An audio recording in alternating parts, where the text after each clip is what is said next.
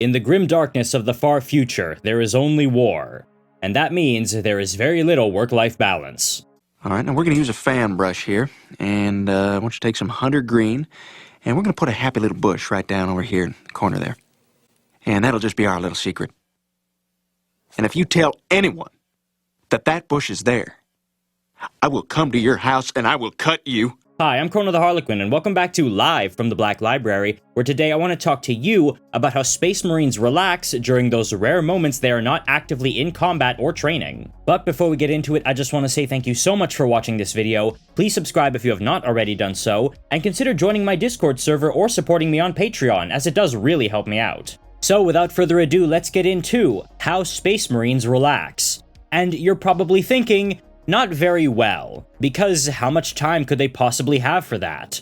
Well, much of that assumption comes from the fact that in a very old codex, the 3rd edition, we get an actual schedule for what a Space Marine's day looks like, and it's not very forgiving. At 4 AM, and reminder, Space Marines do operate on standard 24-hour Terran time, they have their morning prayers. Now, it says prayer, but since Space Marines, generally speaking, are atheists, barring a few exceptions, it's not prayer as we think of it. It's more like them renewing their vows and oaths to the Emperor, and them seeing chapter relics and other such things, just getting them hyped up in the morning and getting them in the Space Marine mindset. At 5 AM is the morning firing rites, where they engage in target practice, and punishments and awards are dispensed if you're, good or bad. At 7 AM, they have battle practice, which is generally speaking meant as close quarters training. At 12 PM is midday prayer, and this is also when a Space Marine can visit the apothecary if they need to. At 1 PM is midday meal, and interestingly, for Space Marine chapters on permitting planets, this will often be local wildlife that was killed during morning activities. It's not clear if this is done by the chapter serfs,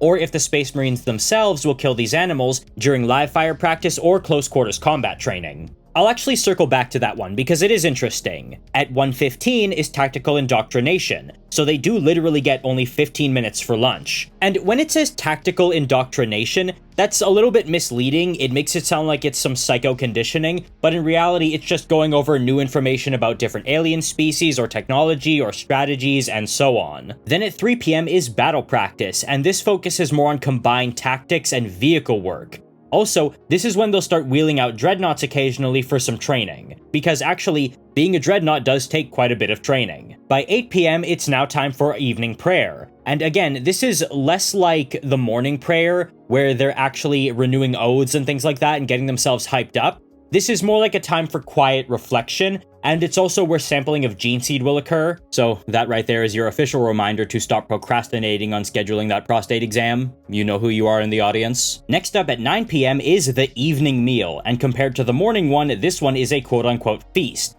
Now, it says feast bracket by normal human standards, and that's because most people in the Imperium are kept near starvation. So, it is a fair bit better, and this one is provided by the chapter serfs. Also, this is where some Space Marines will go about consuming their alcohol. Again, I will be circling back to that. And then, by 9:30 is night firing exercises. Here, obviously, they fight in low-light environments, but also fight in other hazardous environments like underwater, superheated conditions, low gravity, and so on. Now, interestingly, their morning meal is 15 minutes, and the earliest morning meal is actually around midday. So they have a 15-minute lunch and a 30-minute dinner. That's it. Which is funny to me considering the fact that these guys must need like 20,000 calories to have the energy needed for like a regular day, not even a combat day. Then at 11:15 is maintenance rituals, because Space Marines, generally speaking, are expected to maintain their own power armor, but like hardcore repairs and alterations will be handled by a tech marine. Then at 11:45 is free time, followed by then at midnight, rest time, which allows for 4 hours of sleep until the 4 AM morning prayers all over again. Now, 15 minutes of free time does not really permit for much of anything. Granted, Space Marines are very, very busy people, and schedules this rigid don't often always play out that way, but despite the fact that this is from 1998, we can assume it's at least somewhat accurate. And it is likely that the vast majority of a Space Marine's day goes like this, with the two biggest things they do being their daily battle practice blocks in the morning and afternoon, both of which are about 5 hours long. So, 10 hours out of their 24-hour day are allocated to general battle practice. And if you include morning firing rites, night firing exercises, and tactical indoctrination, that comes up to about 14.5 hours of combat training per day, as well as 4 hours of sleep and 3 hours of prayer. So, it doesn't actually seem that unreasonable just considering what Space Marines are like. So, when does the free time come into effect? Well, if you look at a lot of the free time activities of plenty of Space Marine chapters, you start to realize that 1. Most of their free time comes during periods when they're actually not in their standard days. That being when they're on crusade, or when they're on a world in between campaigns or during lulls in the fighting.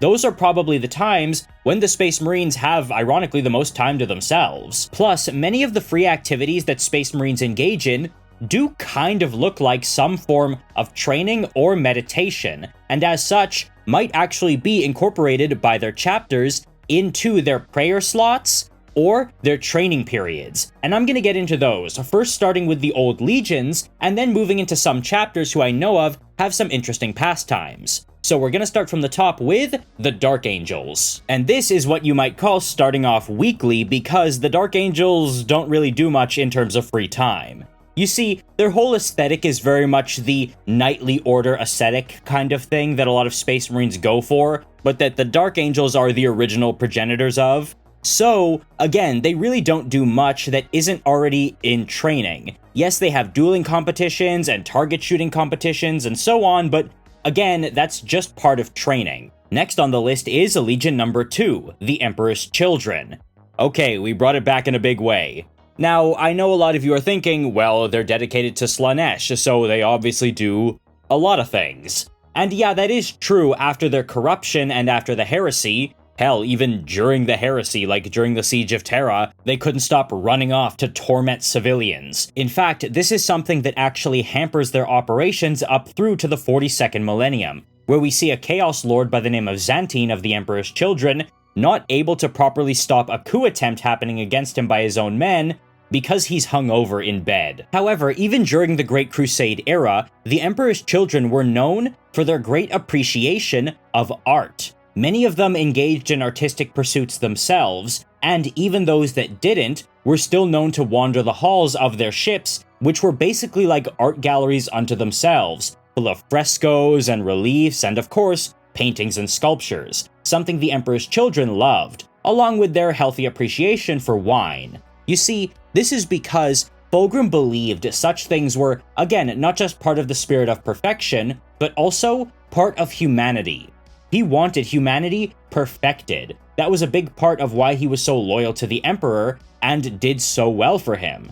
He believed the Emperor was the pinnacle of humanity and could lead to the perfection of the species. But to him, that also meant cultural perfection. You know, developing the arts, developing the culture of humanity. So, he made sure his sons valued that as well. So, for the Emperor's Children, it's very interesting, because what started out as their pastime of very patrician activities, such as the opera, and classical music, and wine, and high art, has devolved into just straight-up debauchery. Next on the list is Legion number 4, the Iron Warriors. And you would think that a legion as dour and, miserable as the Iron Warriors wouldn't do much for free time, especially since Perturabo doesn't seem like a very here have some time off kind of guy. But as many of us know, the Iron Warriors did actually have hobbies, that being Warhammer 40,000.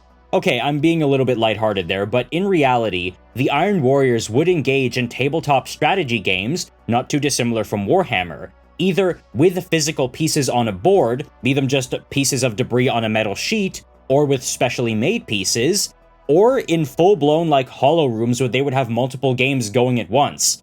Literally like a local Warhammer tabletop tournament. Now, you could argue that they're kind of like the Dark Angels in that for them it's not really a hobby, it's a tactical exercise, a way to bounce various strategies and doctrines off of each other. In fact, you could probably consider this to be the tactical indoctrination period of their day, thereby making it not really a pastime. But I think it's different enough from what other Space Marines do and how other Space Marines manage their time and interpret tactical indoctrination that we can consider it a genuine hobby to a degree, because yes, even though it was something they were doing for a degree of practical purposes, it does seem pretty clear in books like Angel Exterminatus that when they're not playing against Perturabo himself or someone they view as a rival, they do use it as a way to sort of blow off steam and do enjoy it. You know, I'd imagine there's some pretty amazing banter at those tables. And as I discussed in my video about Perturabo's character arc, going over one of his biggest appearances in M42, this is a tradition that has kept on all the way through the millennia. And unlike the Emperor's Children, it doesn't seem to have really eroded or changed. They're still doing this 10,000 years later. Next on the list is the White Scars. And here's where things get well and truly interesting, because here you can see genuine, honest-to-God free time. You see, the White Scars were always a very independently minded legion, not conducting themselves like the other ones, and this absolutely extended to each legionary on a personal level. Jagatai Khan wanted to foster the individual sense of each of his warriors, because to him they were warriors unto themselves, not just toy soldiers. So, unlike Rogel Dorn and Guilliman, he wanted them to all exercise their own spirit within themselves, and this manifested through things like poetry writing, calligraphy, and hunting. Specifically, not just regular hunting to get food, but falconry.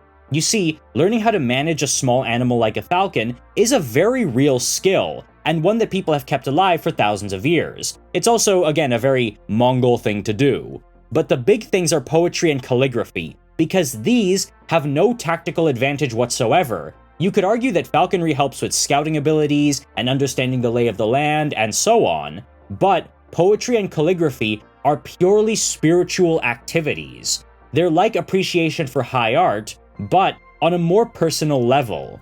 Poetry doesn't have to be perfect or beautiful, it just needs to be yours. And calligraphy is a measure of patience, technique, and focus, and is in and of itself a form of meditation. In fact, I would say it's quite possible the White Scars, during their prayer times, given that they are atheistic, do a fair bit of calligraphy to sort of get in the zone, you know, get in that flow state. But I think the big one is poetry. Keeping up with this is Legion number 6, the Space Wolves, and they're not too dissimilar from the White Scars, but they kind of take it a step further in terms of genuine relaxation, because for them, it's drinking. Like, you could argue, given that a lot of what the White Scars do fosters meditation, peace of mind, and focus, that it is, in a sense, kind of like a training not too dissimilar from Shaolin monks. But with Space Wolves, getting absolutely hammered is certainly not training. You see, Space Wolves are basically Vikings, so what they do when they have the time is get together in their keeps by the fire, get hammered on a special drink called Mjod, which is basically one of the only things that can get a Space Marine drunk outside of straight-up Slaneshi narcotics, and listen to stories. They will either share stories among themselves of brothers past and great deeds and spirits, because they are very spiritual, or they will listen to their skalds retell the stories of brothers who have died. And I think that's very interesting because it shows that this legion is one of the most human. They're not doing this for any tactical reason. It's just to foster the bonds of brotherhood and for the sake of their culture, because much like the White Scars, their culture is very much alive and well in the Legion. They are also known to do some pretty intense hunting on Fenris, which has giant ice monsters below the waves and stalking the surface of the planet. It's basically a death world. But I think that pales in comparison to the drinking and storytelling, because again, that could be considered a form of training. Next on the list is Legion number 7, the Imperial Fists. And this one, you would assume is, like the Dark Angels, no particular hobbies. I mean, they're the Imperial Fists, the sons of Rogel Dorn. What could they really have going on? But in reality, they do have a hobby, and it is, of all things, scrimshaw. For those who don't know, scrimshaw is a kind of art that involves making engravings and etchings onto ivory or bone, specifically whale bones, because this came about as a pastime for sailors on whaling ships back in the 1800s. And authentic pieces of scrimshaw, really good ones, are quite valuable. Now, as you can imagine, the Imperial Fists don't really have a big stockpile of whale bones lying around, so what they use are the bones of their dead brothers. Now, different chapters will have different ways of mourning and remembering their brothers, so it's not too out of the question to believe that the Imperial Fists would scrimshaw their bones. And what's really interesting is the fact that this is one of the oldest pieces of Warhammer 40,000 lore, all the way back from the book Space Marine by Ian Watson in 1993.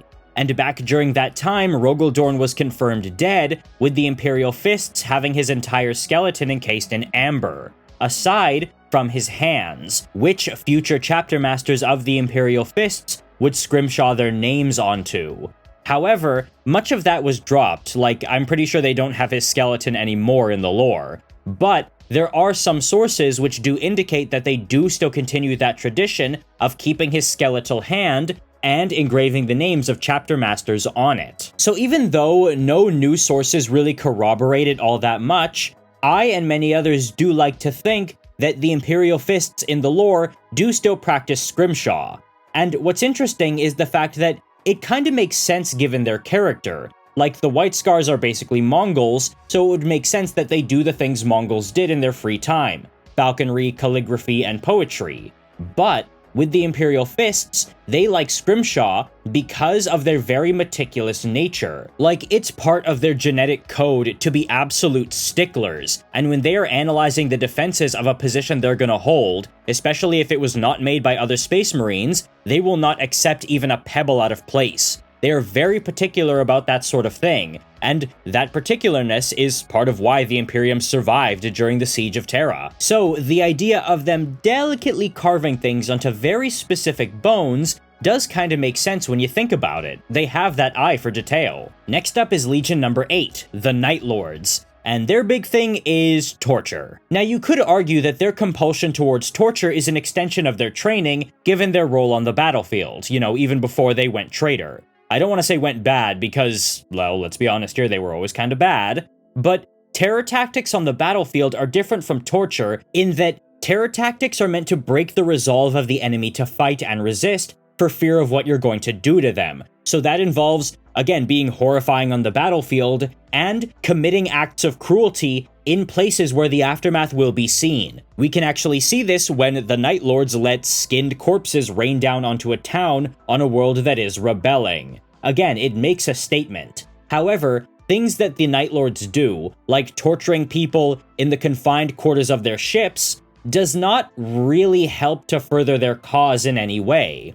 And again, it is something they can very much become addicted to, and absolutely can serve as a distraction from their duties and their mindset as warriors. We can see this in a lot of media that the Night Lords are in, especially the Night Lords trilogy, where it's clear one member of their crew is very much addicted to torture, and it provides no advantage. It doesn't help him hone his skills on the battlefield or anything. It's literally just a hobby. This next one, though, absolutely is productive, because next is Legion number 9, the Blood Angels. And I would say that next to the Emperor's Children, they're probably the most extracurricular of all the legions, because they too engage in the arts, yet in a more active sense than the Emperor's Children, in that they don't just appreciate and consume art, they're very keen on creating it. A lot of them are talented musicians, with the Crusade and Heresy era angel Zephon Sorrowbringer having been a very accomplished harpist and pianist before receiving his injuries. And he was absolutely not alone in that, because even now, many Blood Angels are painters and musicians. And the reason for this is because, well, yes, it's good and it lends itself to Sanguinius's genteel nature, but it's that it helped center them and keep their minds off the darker parts of their psyche. You see, one way the Blood Angels were able to stave off their original curse, the Red Thirst, that being the flaw in their gene seed that causes them to kind of go insane and drink human blood, was to focus on other things like the arts. It just helped keep them centered and grounded, because the Blood Angels have a very dark and savage core, to the point where they were almost up for Legion extermination before Sanguinius was found and able to reshape the Legion. So, literally what he did was help them focus their excess energy on more constructive pursuits. That's literally what they do with, like, at-risk youths. And now that Sanguinius is dead and the Black Rage is a very real threat for the Blood Angels, alongside their Red Thirst, I would imagine this is something that has probably continued on in their Legion culture. This is one of those ones where you could reasonably understand why it might fit into, say, meditation time for them, especially since, again, most Blood Angels are atheistic. But what's interesting is the fact that it does serve a practical purpose, and you could argue how much of a quote-unquote free time thing it is, because, in a sense, it is not mandatory but highly recommended for them to keep up their well-being.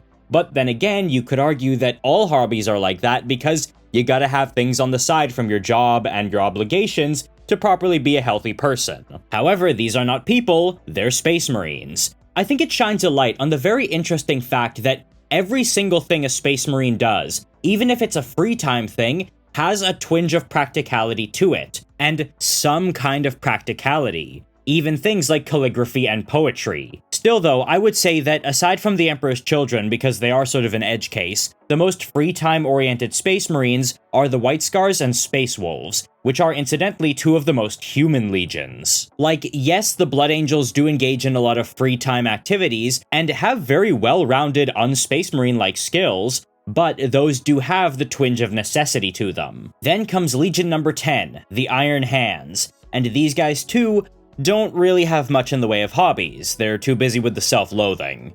Now, for real, they are generally speaking very busy, and all their free time, as far as I can tell, is generally speaking consumed with tinkering and engineering and machine upkeep. That's just their whole thing. And sure, you could argue that that's a good way to blow off steam, focus on something else and tinker with a new prosthetic you might be working on, or try and fiddle with a new weapon to see if you can make it better, or more likely closer to how it ought to be functioning, considering it's been rusting in a storage locker for the past 5,000 years. Like, I get it, it is something to do in their downtime, and I don't doubt that they do enjoy it to a degree, but there's just a little too much practical application to it for my taste, to really properly consider it as a free time kind of thing, you know? Whatever they repair, build, and fix is gonna end up being used on the battlefield, so they do need to take it, like, really seriously, as opposed to the Iron Warriors tabletop simulations, where there's more room for them to just kind of mess around and talk to each other. Next is Legion number 12, the World Eaters. And here's the thing, they do and don't have hobbies. Because, again, they kind of fall into the same position, and I know I sound like a beaten drum here, of the Iron Hands and other associated legions, because their big thing when they're not in active training is gladiator matches. But that's kind of like training because it's combat.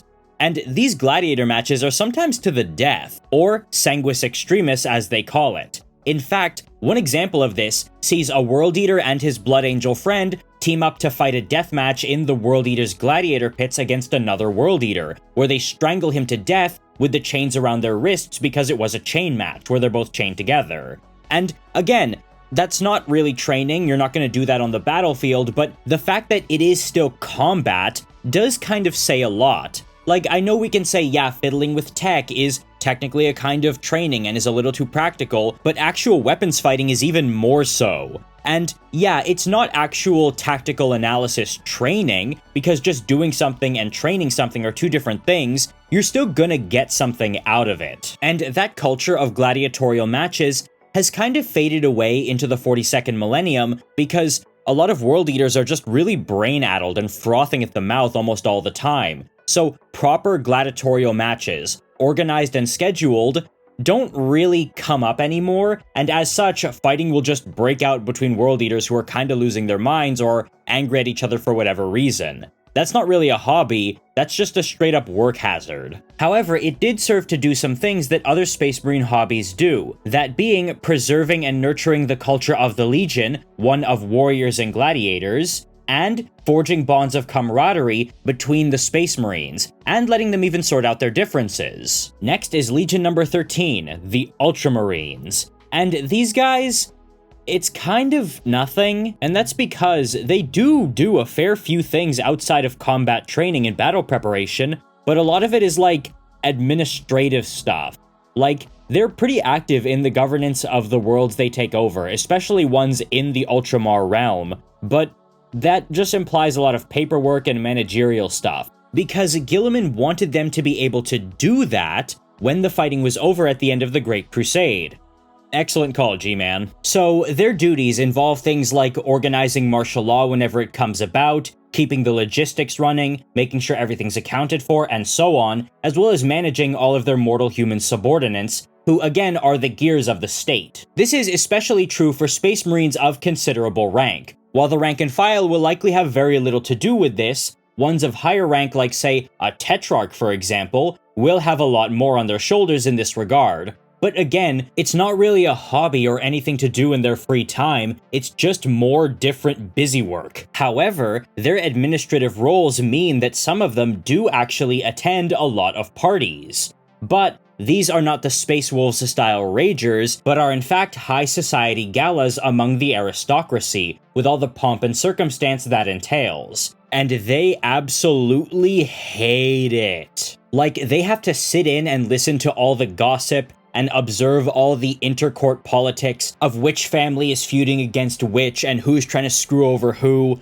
and it to them feels so petty and tedious. In these instances, you will get to hear the internal dialogue of Ultramarines and their successors saying things that no Space Marines ever really say, and it's that, oh my god, this is an absolute waste of my time, I am bored out of my mind. Like, it is so rare for a Space Marine to be in that kind of situation, and yet it happens to them on the reg. And they'll just be there in the corner of a party thinking, can I go yet? Can I leave? And they'll be watching the clock. Meanwhile, they get swarmed by nobles trying to basically pose with them and just be seen talking to them and be seen next to them because that's what constitutes a flex for them. Nobody's actually there for their input, they're just there as a prop, and they know it. So as far as I'm concerned, most Ultramarines basically don't have any extracurriculars going on. Next up is Legion number 14, the Death Guard. And the Death Guard are also ones that don't have anything else going on aside from the basic training stuff. More like the Dark Angels, less than the Ultramarines though. It's more by choice. You see, they have that very doer character that they inherited from their Primarch. Well, before their corruption. And as such, they just didn't have time for any sort of quote-unquote frivolity. So they were always just nose to the grindstone, keep a grim face. But after their corruption by Nurgle, they still don't have much going on outside of both their duties as Space Marines and the aggrandizement of Nurgle. Now, some among them, namely their apothecaries, do have the pet project of crafting new plagues and testing them on victims, but aside from that, they don't really do much, and part of the reason is because that part of you that wants to do things and has interests is actually eroded by Nurgle. You become lethargic and passive, and you just kind of sit there and rot. Basically, Death Guard are big on quote-unquote bed-rotting, except they're on their feet and in their armor. Some, though, do enjoy the company of Nurglings, the smallest of Nurgle's demons, and kind of treat them like pets. They croon to them and caress them in the same way you might a cat. So after their corruption, there are like little things here and there like making some diseases and playing with the Nurglings, but generally speaking, it's not a lot. Next on the list is the 15th Legion, the Thousand Sons. And they actually do have rich extracurriculars. But you can kind of argue that they're not exactly extracurriculars, because their big thing is scholarly pursuits. Especially back during the Great Crusade era, where they were big on, say, translating texts and looking into old artifacts from humanity's past. It was just something they were very passionate about, because their Legion character ingrains in them a very deep love of knowledge. And this did not really provide much in terms of, say, tactical advantage or skill refinement that would be practical for a Space Marine. So it was more so a matter of the soul for them. And this is something that was encouraged by their Primarch Magnus, so it was genuinely a free time thing for them. And this too helped contribute to the sense of brotherhood surrounding the Thousand Sons, because they would work together on things and share their findings. And again, it was healthy for the Legion's culture, and also very beneficial for humanity as a whole.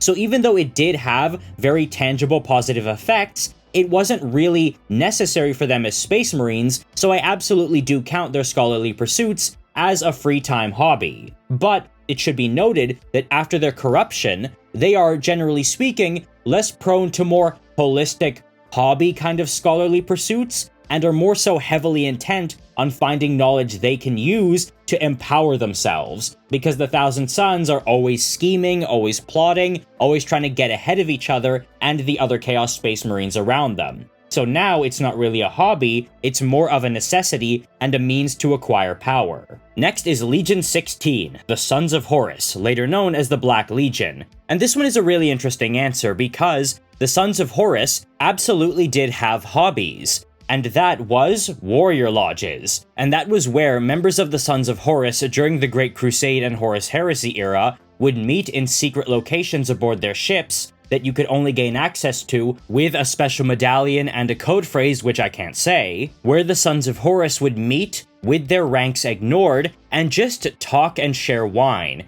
It could be sharing stories, open discussion and criticism, genuine voicing of concerns without fear of someone pulling rank, and so on. And it also should be noted, this was something that worked particularly well for the Sons of Horus because of their nature as professionals who still keep a kind of loose attitude. You know, they're big on the whole banter and casual talk because of their origins as Chthonian gangsters. So while they weren't overly stiff or awkward, they were still professional. And it would be these warrior lodges that would be the impetus for the seeds of betrayal within the Legion, where Erebus would start talking to the Sons of Horus, and this would eventually lead them down the road of damnation. However, this wasn't something that was open to all Sons of Horus, and you had to actually be invited by receiving a medallion from someone who was already in the lodge. However, with the end of the Horus Heresy and the subsequent dissolution of the Sons of Horus, and their reformation into the Black Legion in the Eye of Terror, the lodge system seems to have largely fallen away. However, it really doesn't seem like all that much has kind of taken its place for the Black Legion in terms of things to do in their spare time. I mean, yeah, they are still Chthonians, so they can get rough and rowdy, and will generally mess around a little bit with each other, but nothing really quantifiable as a specific activity. They more so just kinda kill time when they're not actively in training or doing something important. And for them, that usually involves just sort of talking with their brothers and reminiscing about past battles and so on. However, Legion number 17, the Word Bearers, do have more concrete extracurriculars because they lead, generally speaking, a more structured existence, as opposed to the Black Legion, which is a little bit nebulous when they're not actively on Black Crusade. You see, the Word Bearers do have a solid base of operations, the planet Sakaris, and are one of the 3 traitor legions that has maintained its old structures and disciplines, that being the Death Guard, Iron Warriors, and Word Bearers. However, as you can expect, much of their time is taken up by training, but even more so by prayer and worship to their dark gods, which is essentially a form of prayer/meditation and is included in the general Astartes Day Planner.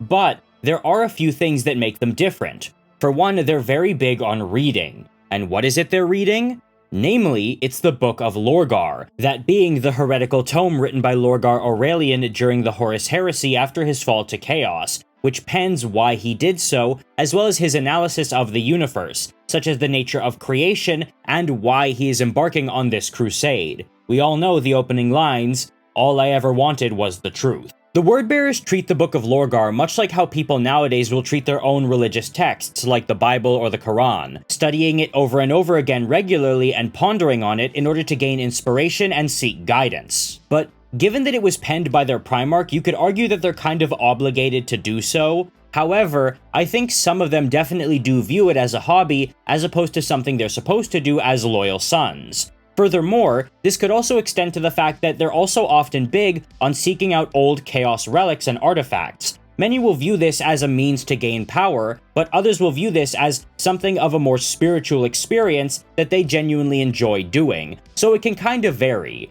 Again, like with a lot of Space Marine hobbies and pastimes, it has a practical edge to it and can be done purely for pragmatic reasons, but many of them will likely view it as something that is genuinely a way to kill time and that they enjoy doing. However, there is one thing that the Word-Bearers do which can be considered more of a genuine pastime or passion, and that is, oddly enough, architecture of all things, because the Word-Bearers are very keen on building temples, monuments, and fortresses, but their fortresses are designed with the worship of the dark gods in mind, so everything is going to be done in like numbers of 8 and so on.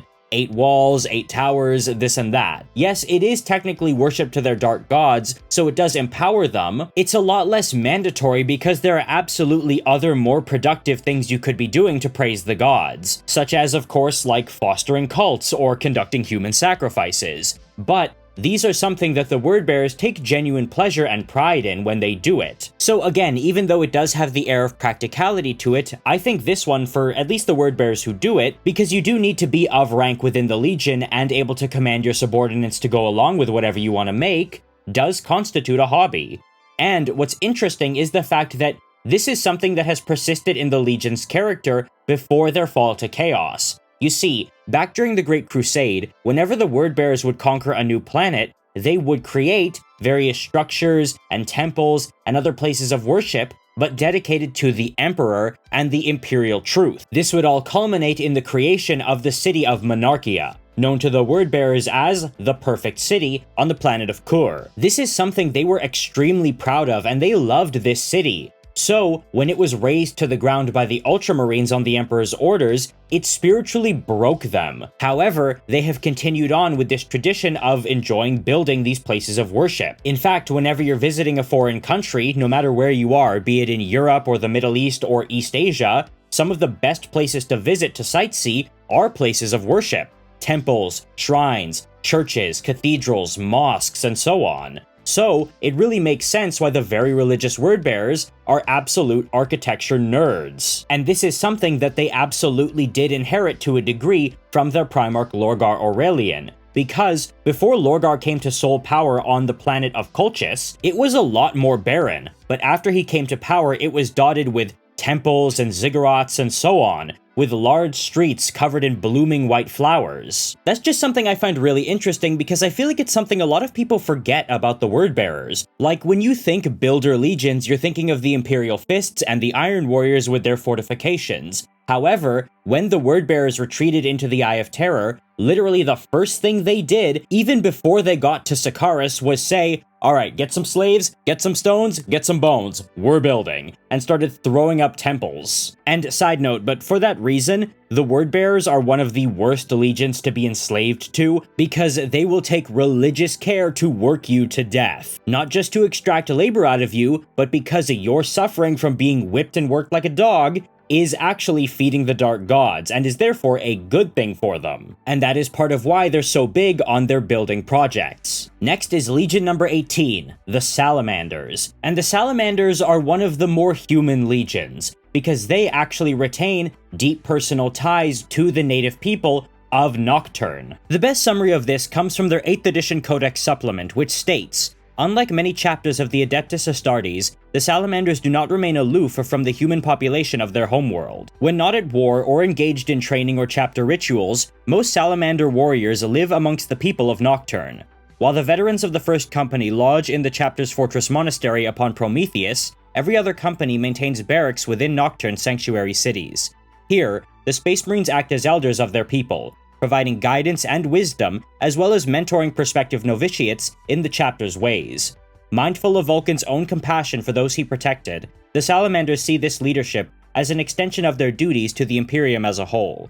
By living amongst their people, conversing with them, and personally shepherding their survival, the Salamanders learn the humility and understanding that permeates their chapter's culture." So right off the bat, that is kind of a thing to do in their free time. Spending time with their people and families, serving as cultural elders to the others around them. It's very nice, but it should be noted that that's considered a facet of their duty, much like with the Ultramarines serving in administrative capacities on various worlds. However, I would say it's not exactly the same thing, because just knowing the Salamanders, I'm willing to bet they probably enjoy it quite a bit. They probably get a lot of personal fulfillment out of this, and would likely be doing it even if it wasn't considered a Legion obligation. And again, it doesn't actually provide all that much of a tactical advantage, aside from, say, helping foster better recruits for the future. Because the Ultramarines administering worlds means those worlds are more efficient and less prone to rebellion, and as such, it is in the long run a big logistical boon.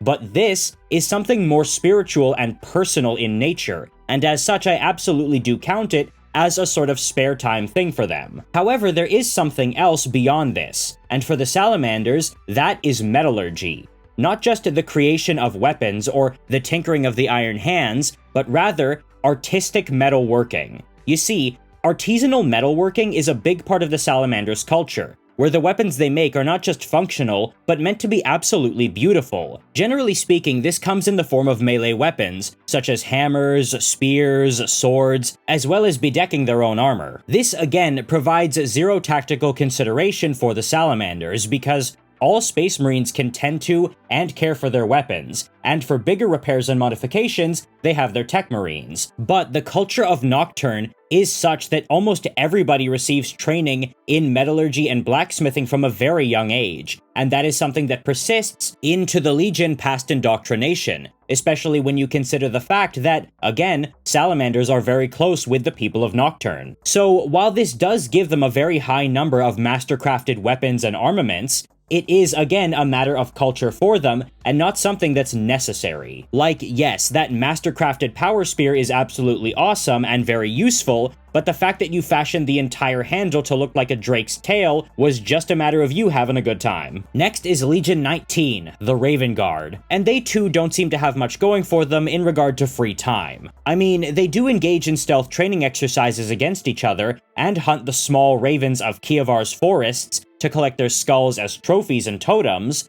but again, that's too efficient. It's too training, so I don't count it. I have seen people say that they do engage in a healthy bit of poetry, especially given the fact that they're based on Edgar Allan Poe's poem The Raven to a degree, and Corvus Corax's last words before vanishing into the Eye of Terror was "Nevermore," which absolutely would make sense from what I know of the Legion, but I couldn't actually find any sources to corroborate that, so I don't know if we can really count it. Unfortunately, there aren't many Raven Guard novels to go on in the 40th millennium, and they were really busy during the heresy, so they didn't have much time for poems. Again, like, it's a possibility, and I'll keep an eye out for that, but I didn't find anything concrete, so I can't really count it. As far as I know, they lead a very stoic, bare-bones existence like, say, the Dark Angels, except they engage in, again, stealth exercises, but that's basically training. And last on the Legion list is number 20, the Alpha Legion. And the Alpha Legion is an interesting case, as they often are, because, not surprisingly, we don't know a lot about what their hobbies and Legion culture was like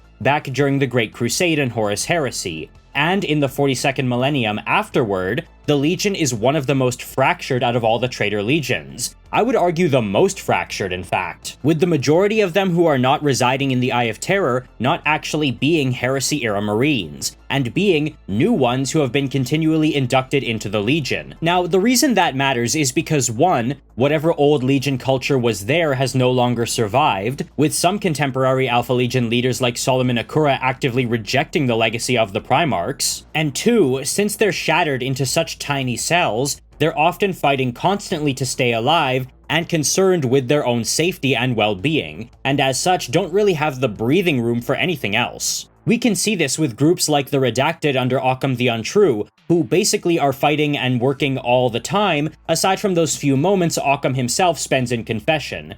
Or the Unsung, who are Heresy-era Marines that have survived in the Eye of Terror and have had to fight off waves of attackers on their little planet consistently. However, as you can imagine, those in the Eye of Terror have more free time than those who are not, because they're not fighting for their lives as much. So they do have time to engage in other pursuits, but those pursuits are always intelligence gathering and infiltration, to the point where one Alpha Legionary infiltrated Fabius Bile's inner circle, but was discovered and killed by an apothecary of the Emperor's children. However, everyone was mad at that apothecary, Oleander, because they had all actually kinda liked the Alpha Legionary, and moreover, they didn't fault him for having infiltrated the group because nobody blames the Sons of Alpharius for doing what comes naturally to them. And we see this in other instances, where intelligence gathering and infiltration are not just something members of the Alpha Legion do because they like it or because it's a good thing to do tactically, but because they can't help themselves.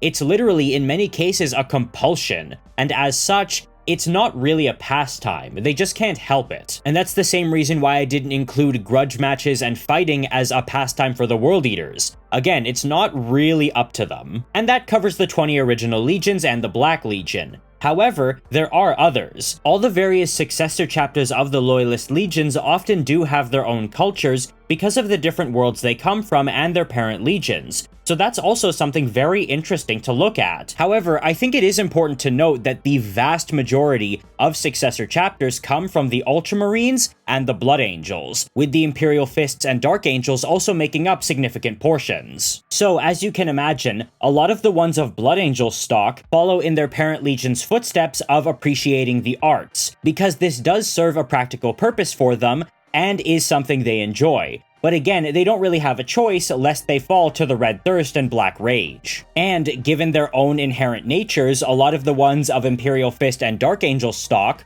are not really prone to many hobbies or interests outside of just the really basic stuff. Obviously, I couldn't go through and check every single chapter, and many of them just don't have that kind of depth of information, so there probably are a few kicking around that I missed. And if there are, by the way, that I did miss, please mention in the comments. Everybody would love to see that. It is also known that many of the chapters of White Scar's origin are known to be relatively free-spirited, and not always to the best degree. The Mantis Warriors in fact turned traitor against the Imperium during the Badab War, but would go back for atonement. Furthermore, with the Raven Guard, a lot of them do maintain their parent legion's characteristics of stealth and things like that, so they're probably not too far from the tree as well. Space Wolves hardly have any Successor Chapters because their gene seed is unstable, and the Salamanders had, I think, a pretty limited stock to begin with, and as such, couldn't really get into making many successors, given how badly they suffered during the Drop Site Massacre. The same goes true for the Iron Hands as well, and they just never really got into the habit of spawning a lot of successors, because again, they don't do much recruiting to begin with. Where things do get interesting, though, are the Ultramarine successors, because they seem the most prone to having their own hobbies, interests, and unique cultures. I would like to note, though, one that comes up over and over again is regular hunting, be that Xenos hunting and trophy taking or general animal hunting. Sure, it's a little different for the White Scars when you incorporate falconry, but hunting in general is something that comes up across a lot of Successor Chapters, so I kinda didn't want to count it, unless there was something special about it. An example of this is the Iron Snakes chapter, which hunts large aquatic serpents on their home ocean world, and that is something that is very important to them, and again, does not provide much rite of passage, but it is seen as more of a chapter duty and initiation ritual, so it's kind of a half hobby. However, with the Dark Krakens, who are actually a very new Ultima founding Salamander successor, that hunting is more of a pastime, because they do hunt the megafauna of their ocean world as well, but it's not just for, say, ascension or ritual purposes. But in reality, they took that up to fit into the culture of the world they were more or less assigned to when they first became a chapter. And what they do is take the bioluminescent chemicals that come out of the ocean megafauna on this world and use it to make specialized markings on their armor. Again, no real tactical advantage there. Hell, you could probably argue that that's even a detriment. But it is part of their culture and something they do in their pastime, marking their armor with bioluminescent chemicals and hunting the megafauna. However, hunting is pretty basic, but in a similar vein to this are the Nova Marines, who have tattooing as their big hobby. You see, the Nova Marines are also an Ultramarine successor who will tattoo their bodies with sigils and various scenes from famous battles and deeds the individual Marines have undertaken, things that matter to them in their personal story. Now, you could argue that that's actually counterproductive for a Space Marine because they kind of have to be a little bit aloof and detached. Their job does require them to do things that they don't want to do and have to be able to move on from things, but the Nova Marines seem to just not do that, and instead mark themselves permanently in a way that matters to them a lot. Another Ultramarine successor with its own cultural practice are the Mortifactors, or Mortificators. I've seen both said, and it seems to interchange when it's written in the lore. Now, they're interesting because they are a pious chapter, in that they revere the Emperor as a god, much like the Black Templars. But while the Black Templars don't really have much in terms of hobbies or free time, they gotta spend all that time on the crusading and praying, the Mortifactors are very big into tarot cards. You see, the Emperor's Tarot is known canonically as a very powerful psychic tool when utilized by a psyker, and can provide real insights into people's futures. But the Mortifactors do read them not for raw tactical purposes, because tarot cards don't work that way, but to see their fortunes before they go into battle, seeing who might live, who might die, what fate might await them, and so on. But it's often not as clear as they think. And more interestingly, the other brothers will have their fortunes read by their chaplains, and that's just something I think is really cool. The Mortifactors are one of my favorite Successor Chapters, and I really wish we got more of them. And yes, they do hunt aliens and wear their skulls, but that seemed a little basic compared to the tarot cards. And in fact, that is something that dates back to the founding of the Legion, all the way during the second founding right after the Horus heresy, where their first chapter master would let the Emperor's tarot guide him towards the perpetually dark death world of Posel and make it the chapter's homeworld. And that's really weird because why was he entrusting himself to the Emperor's tarot? This guy was an Ultramarine from the Heresy era. Like, I really hope we get to see his backstory in the Scouring books. Another one is the White Consuls, who are again Ultramarine successors. And what's interesting about them is that they are very much big into the Ultramarines' busy work, helping administer planets that they liberate, making sure the government is stable, real pencil pusher types. And as you can imagine, as I previously stated, they have to attend a lot of very stuffy parties that they absolutely hate. However, one thing they do in their spare time when they can is taking baths. And I don't just mean quick military showers like other Space Marines, I mean proper honest-to-God bathing in a tub. And in the new novel, The Silent King, we get a very interesting description of this happening. It goes like this: "Not even a warrior of the Adeptus Astartes could go without rest. Somehow, a large wooden tub had been installed in the middle of the room. It looked like a communal laundry tub. Perfumed steam curled over it. It made him realize how dirty he was. There was an armor stand off to one side of the room, and a trestle table neatly laid out with armorer's tools. At the sound of his approach, a number of menials filed in. Their job was to fetch, cook, carry, and maintain, and yet they were honored, for they served an angel of the Emperor. They lined up in silence, bearing soap, towels, food, and a massive jug of wine. Messinius's enhanced senses meant he could smell it, even with the lid closed. It was rich, dark, heavy with tannus. A Terran vine, certainly, but made unique to this world by time and distance from its origins. His steward, Selwyn, stepped forward and bowed shallowly. 'My lord, I have taken the liberty of drawing you a bath.' 'Rather bad for the documentation, all this steam, do you not think, Selwyn? This city is poorly furnished with chambers large enough to comfortably accommodate the Adeptus Astartes, my lord, and these, at least, have the benefit of being close to the forward strategium. Allow us to remove your armor. Gilliman's Codex recommends a warrior remain armored while in an active war zone,' says Messinius. The laborers of the day had left him in strange humor. 'Of course, my lord, although it is your decision if this war zone is active or not.' Messinius answered by flipping up the cuff of his left gauntlet, disengaging the wrist seal attaching it to his body glove, and pulling the gauntlet free. One of the menials hurried forward and took it from him. 'We're done fighting for now,' the captain said. He flexed his hand. Messinius crossed the room where there were stands for his weapons. He sat his power fist in the cradle, reached round with his free hand, and disengaged the power feed by twisting and pulling it out. A thought pulse through the armor's supplementary nervous system had the arm cuff disengage, and he pulled out his hand. He wore the normal gauntlet, and with 2 quick movements, he pulled that off too and handed it to the menials. Now both hands were bare. Their nakedness felt strange after so long.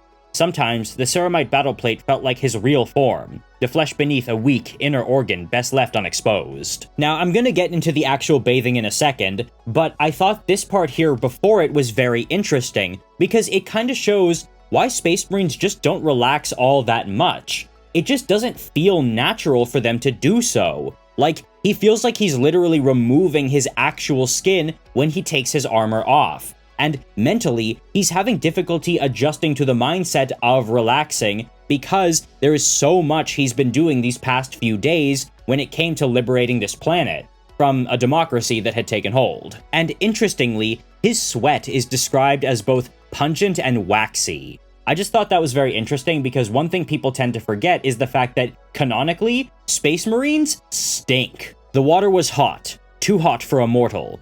It did not bother Messinius. Clean when he entered, after a few minutes the water had an oily sheen upon its surface. He ate a meal, which though large, was of simple local fare. Like the wine, it was refreshingly uncomplicated in flavor. One of Hest's faults had been the fussiness of his table. Messinius had dined with the group master often, as protocol required. He had not greatly enjoyed the experience. When the meal was done, he stood and his servants silently attended him. scraping his body with strigils, massaging him, taking biochemical readings to be submitted to the battlegroup's apothecaries. Then he sat and they washed his hair. The bath took on a faint scent of smoke, burnt flesh, and physaline. While they worked, Messinius brought the racing engine of his brain under control. He had no time for empty meditation, especially when there were problems to be solved. But there was a tension generated by constant, unrelenting decision-making he was glad to be rid of for a while. He looked forward to sleeping. Not the half-sleep of the catalepsian node, but real slumber. A luxury for him. It had been days, but he did not complain. Not to himself, nor to any other. He bore his duty as the honor it was. Half an hour after he had begun his bath, and 6 minutes 30 seconds after he had finished his repast, he received a request for audience from Captain Thothven. It's a very simple thing. Just a bath and a meal and getting his hair washed by his menials. But for him as a space marine, it's a rarity. Also, what's interesting is when he's doing this. It's not when he's at his fortress monastery or aboard the flagship of the chapter or anything during their day-to-day. You know, the places where space marines are gonna go through that hour-by-hour schedule we went over at the start of the video. In fact, it's actually in between battles while on campaign. A wider, larger campaign where there are going to be gaps between all the different worlds that are visited, namely the Indomitus Crusade in this case. And I think that's interesting because that is when Space Marines have the most downtime. They can't go locking into some schedule because they have to be ready for anything at a moment's notice. I think the best analogy I can give is like being on an extracurricular sports team. Those days where you're doing practice only, you don't have much time to talk and chat with your teammates because you're being drilled from one exercise to the other. But when you're in an actual game, that's when you're going to have those conversations with your teammates when you're on the sidelines waiting to get called in at any point. Side note, but I did used to be on my school's basketball team back in the 8th grade, and I was never actually really good at basketball, but I was basically taller than everyone except one other kid, so I got on by default. Also, one thing that's interesting is how he's able to literally clock that wine just on pure smell. Granted, Space Marines can detect the ingredients of something just by smelling or tasting it, because that's part of their organ transplantation. They need to be able to do that to detect things. But it should be noted that the specifics of the wine, this is a Terran vine made unique by its presence on this world, is some elite knowledge, and I feel like he probably knows those things because he's a white consul and has to, again, attend all those parties and dinners and such. But it should be noted that it really does seem like, aside from hunting, the most common Space Marine interest is wine. And that's taken a step further, and I mean far further, by a chapter called the Crimson Castellans of Unknown Origin. With them, it's not just ritual wine, it's not just wine for the sake of parties or galas, it's not something to be passed around like a sacrament, they are straight up sommeliers. And it's not just that they know about all the different kinds of wine or have big wine selections and just enjoy it a lot. They literally study wine down to the science. They grow and cultivate their own strains of wine grapes. And they do that despite being a fleet-based chapter. Like, on their battle barges, they will have their own little vineyards. And they will meticulously manage and tweak every aspect of the winemaking process. Making new wine grape strains, seeing how long to ferment something, toying with alcohol percentage, toying with the wood of the barrel the wines are stored in, and so on. And they don't just hoard that wine to themselves. They actually share it with their chapter serfs very regularly and freely. And the highest-ranking chapter serfs get to eat dinner at the table with the Marines themselves, and yes, share in the wine. I just love that discrepancy. Like, some chapter serfs will be little more than chattels to their chapter, but in the Crimson Castellans, you can literally just get blitzed with the chapter master. But what do you guys think? Do you guys find these hobbies of Space Marine chapters interesting, or do you think it's kind of out of character for what they're supposed to be? Are there any chapters I missed who have particularly interesting hobbies that you'd want to talk about? As always, I would love to hear what you guys have to say in the comments below, as I do read every single one. Please subscribe if you have not already done so, consider supporting me on Patreon if you can, or joining my Discord server linked in the description, and until then, I will see you in the next video.